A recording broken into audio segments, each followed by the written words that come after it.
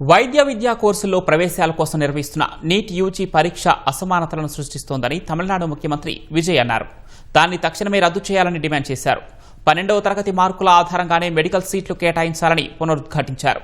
అసెంబ్లీలో గవర్నర్ ప్రసంగానికి ధన్యవాదాలు తెలిపే తీర్మానంపై సమాధానమిచ్చిన విజయ్ తమిళనాడులో ద్విభాషా విధానానికి కట్టుబడి ఉన్నట్లు వెల్లడించారు. హిందీ భాషను రుద్దేందుకు కేంద్రం చేస్తున్న ప్రయత్నాలను ఎప్పటికీ అంగీకరించబోమని అన్నారు.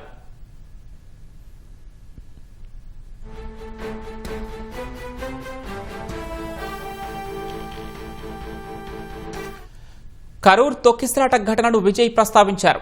41 మంది ప్రాణాలు కోల్పోయిన ఆ విషాద ఘటన తనను ఎంతో వేదనకు గురిచేసిందని భావోద్వేగానికి గురయ్యారు. ఆ బాధ తనను ఎన్నటికీ వదలదని అన్నారు. అయితే ఆ నెపాన్ని తనపై నెట్టడం దారుణమని, రాజకీయాలు ఇంత క్రూరంగా ఉంటాయా అని ప్రశ్నించారు. తాము ఒకే కుటుంబానికి ప్రాధాన్యం ఇవ్వమని పరోక్షంగా డీఎంకే అధినేత స్టాలిన్ను విజయ్ విమర్శించారు. తమిళనాడులోని ప్రతి కుటుంబానికి ప్రాధాన్యతనివ్వటమే తమ విధానమని వివరించారు. గత డీఎంకే పాలనలో వివిధ ప్రభుత్వ శాఖల నిధులను పార్టీ ఫండ్స్ పేరుతో పక్కదారి పట్టించారని విజయ్ ఆరోపించారు.